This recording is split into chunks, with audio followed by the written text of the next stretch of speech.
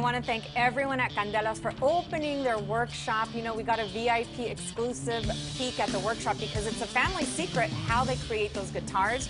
So for us, it was very special to be there. And did you guys see that he taught me how to play a little guitar? What did you learn how to, what?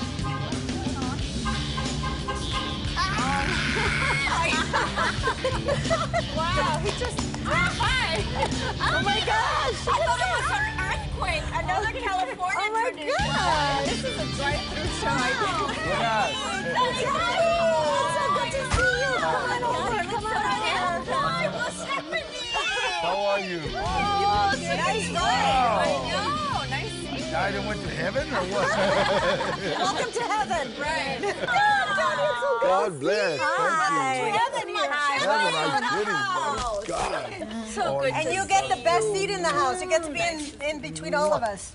Come join us. I want to know everything about this very cool car you're driving. What is this? I love the colors. That's a 1954 Buick, and its drivetrain is all Mercedes-Benz. Everything on it underneath is That's Mercedes. fantastic. It looks But you're like a car collector Oh, yourself, yeah, right? yeah. What do you have in I your have a collection? 1936 Dodge touring sedan, which is very rare because there's a lot of Dodge sedans, but touring sedan was like the Cadillac of. Do you work on them yourself, or you Always. just collect Always. them? Do you really? Yes. You don't have We- somebody do it for well, you? everybody comes over and works on them, so cars are kind of a. People love cars, but Latinos especially. we There you love- go. Send Yes, their toys. and And the people lowriders. don't understand that a car to a Latino man is like a beautiful woman. Absolutely. You have to give her some great shoes, which are the rims. You know, you put on those shiny rims. Then you have the nails, and the makeup is the paint, and you know how we take care of the paint. No wonder my husband's always talking about his 57 Chevy Yes, that he I'm had in telling- high school. I mean, it's like he's got a little affair with an old car he had before. Well, I have an affair with like 5 old cars. But you also have a truck, like a A red. 1952 Chevy pickup truck, and that has a 350 Chevy engine, which means it goes fast. And you actually, Oh yeah. that's it what I was goes, going to yeah, ask. Do it you goes. actually use the Oh, cars yeah. and drive around? And people probably recognize you even more because first they look at the car and they're like, wait, that's Danny Trejo in Yeah, the car. I wave, I honk, and sometimes I used to ride a motorcycle, but I had to stop because people see you and they go, "Oh my God, it's him!" Accidents, yes, it's dangerous. It's a little more dangerous on a motorcycle, So we take the cars out every Sunday. I'll take them out and just cruise. That's very You cool. take it. Do you have 4 or 5? 5. And then I have 2 Cadillac Eldorados that I love. They're a 90, Wow. a 99 and a 2001. So My how long chick- did it take you to collect all of these cars? 10 years. 10 years? 10 years, yeah. Because you get them when they're, they're not. You restore them is what Yeah. you do, and that's the fun part. Is finding an old car and when it comes out, it's like wow. It's Which like, one was the one? Oh, yeah, I was going The there. one that was the worst looking to the one you've like really restored, like to primo, I as they would say the 52 Chevy pickup truck. And what's still on your bucket list to get? Oh God. Well, really, a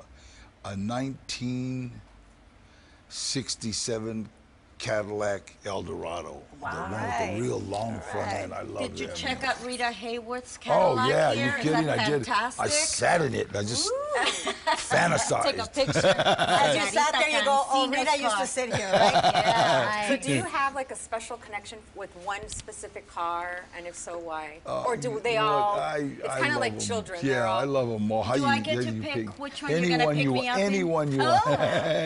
But we have a 56 Chevy Bel Air that has been that has been to so many quinceañeras.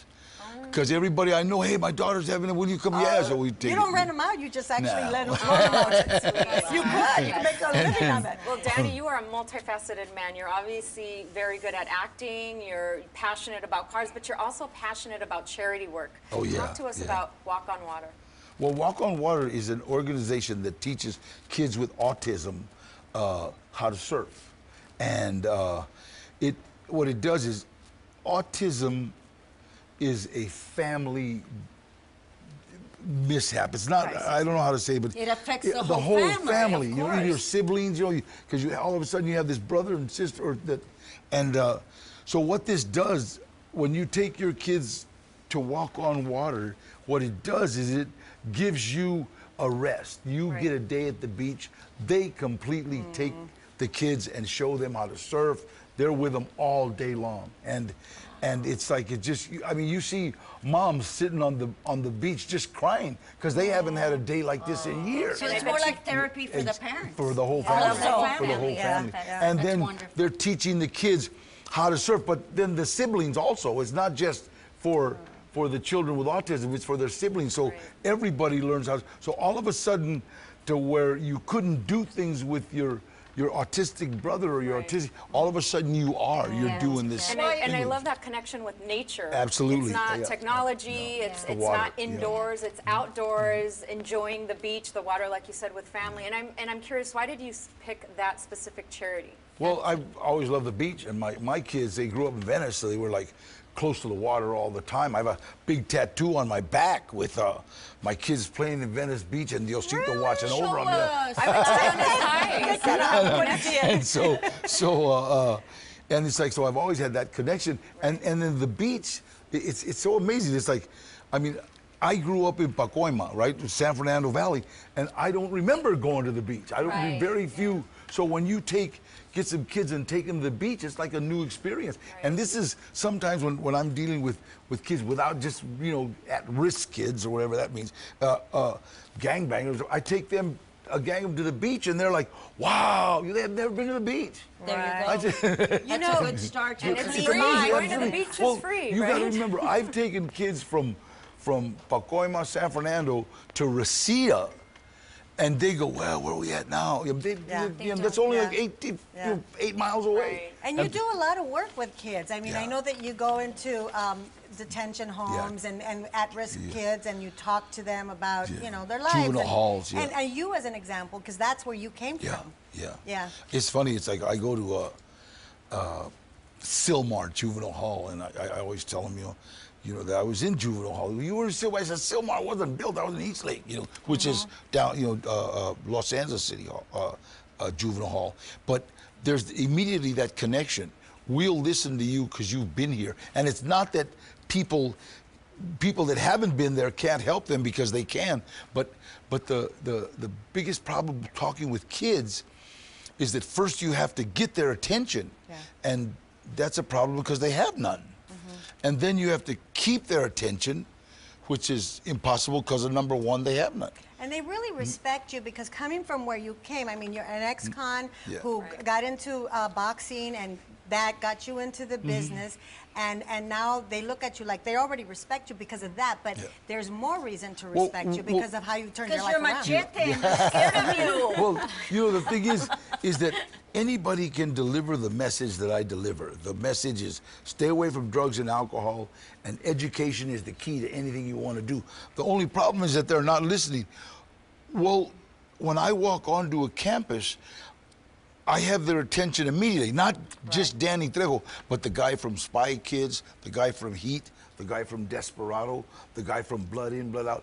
That guy, they want to hear what he has to say. So immediately I have their attention. You know? Fantastic. And you just did a film that just premiered. It's called Strike One. Right. Which actually, the filmmakers told me that they based that character on your life, and the character is an actor. It's an ex-felon who became an actor. How was that, like playing yourself? I thought it was funny. Mr. Garcia, I got Call me Manny. Okay, Manny. Listen, you're a guy, okay? And so am I. And so I feel like I would be remiss if I didn't tell you that your character needs just like way more rage, okay? Because you're a street gang killer, right? Okay, so the audience needs to see his rage, to feel the fear, right? Okay, look, you're standing toe-to-toe with your rival, right? And you want to intimidate him, so I need your arms just flailing wildly. Maybe some screaming, and maybe some finger poking, some chest thumping, if you've got it, because the audience cannot experience the fear of you if you're just standing there and some silent stare down. Now, I take this time with you only because I think that you've got a lot of potential. But trust me when I tell you, that if I'm not afraid of you, the audience isn't going to be. Barking dog's a dead giveaway. Why should I shove or threaten some punk in my way? If he disrespects me, I'm gonna turn him inside out by taking everything that's important to him in his life. And then I'm gonna come for him. And by that time, he'll be begging me to put him out of his misery. Now that's real. I'm not acting. Got to work with, oh God, what's his name? Johnny Ortiz. Johnny Ortiz. Ortiz. Yeah, he was a really Strike great one. little actor, and the whole cast was it was almost a what do you call it? Ensemble? A love. It's, they were a lot of people were just loving this movie. So as we did it, you could tell it's like people were It was really like into family it. working But together. you love indie filmmakers because you're always working with independent Love it, filmmakers. love Of your over 200 films you've made, I think maybe half are indie filmmakers. One of them was with me. We worked on food stamps. Hey. Oh yeah, but I have a dream to go on a little cruising in that automobile with Wow, Machete. absolutely. But maybe we could go to Trejo's Tacos. We can, but I wanted to actually say, because you have all these over 200 projects that you worked on, you've done the baddest of the baddest, like the bad villain in Con Air, which is one of my favorite movies, to a Latino superhero in Machete. You've done commercials for Super Bowl, you've done animation, and probably a slew of other things that He I'm played not Marsha. naming. Marsha Brady. Yeah. Oh, that's right. So I love that how, commercial. and I hear that Machete is going into space. Right. Oh, wow. Machete kills in space. Oh, Call wow. Robert Rodriguez. Find out when we're doing it. That's But yeah, we're Yeah, definitely doing it. all right. And Let us know, because we want that. I have a call into him. You've done so Also, yeah, how has that ride been for you, from That's awesome. becoming from, an ex-felon or con and turning your life around and being clean and sober to your career? How does that feel for you? I blame it on divine intervention, because there's no way that I'm supposed to be where I am. There's no way. It's like the reality is, when people talk about, I remember when they were talking about the millennium and are you afraid of the millennium? I says, hell no. I wasn't supposed to get out of the 60s. You know what I mean? So I've been on God's time for a long time, and still am.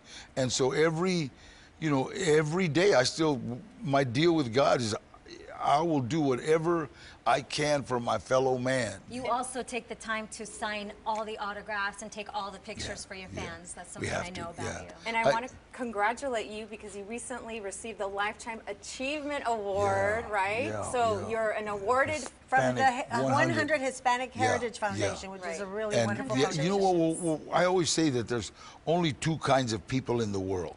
There's those that want to make a difference, and those that are taking up space. And the reality is, the people like that Hispanic, the 100 Hispanic. They're people that really want to make a difference. You want to make a difference in the world. People in entertainment want to make a difference. It's because we want to do whatever we can do, and I love it. So it's quite an honor getting an award for them. Right. And you actually do the work. You walk the walk, you talk the talk. You're not just out there taking the pictures on the red carpets. You're actually being involed in these organizations and doing all the work. And he feeds us tacos. Oh yeah, Trejo's Tacos. Trejo's Tacos. It's probably going to be over the end of the month. The end of this month, right on La Brea, between Pico and Olympic. I've seen it. Yeah, Are you right going to there. have fabulous. I will be there. Are you going to have the Trejo taco? And The so, Trejo what taco does the with Trejo the- taco with the have? salsa my mama made. De buche y de lengua. How many different kinds? And give us the They've special, got- the favorite. You know what? You're gonna laugh at me, but they gave me a taco and it was delicious. And I And go, you what said is that one. this? They said it's cauliflower. All a right. cauliflower It's taco, It's a little and Hollywood. it was delicious. Yeah. And it was Wow. a cauliflower taco with sauce. Machete vegetarian. We're gonna Machete have vegetarian. We're gonna have gluten-free.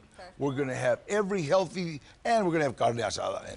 Well, Danny, thank you for coming to celebrate Hispanic Heritage Month with us. Yes. But I'm ready to go cruising in that nice little ride. Can you we have go to back Whittier there. Boulevard and cruise? Absolutely. I'd love Whittier to. Boulevard. Vamos. Yeah, really? Absolutely. Okay. I'm ready. I want to go too. Don't leave without Okay, me. we will. We're Don't just going leave to check out the without me. car. We're going to check out the Maybe car. after we can go to See you Sunset later, Boulevard and girls. go cruising. Bye. All right, you guys don't leave either, because coming up we have an interview with another recognizable Latino actor who's starring in the new CBS hospital drama, Code Black.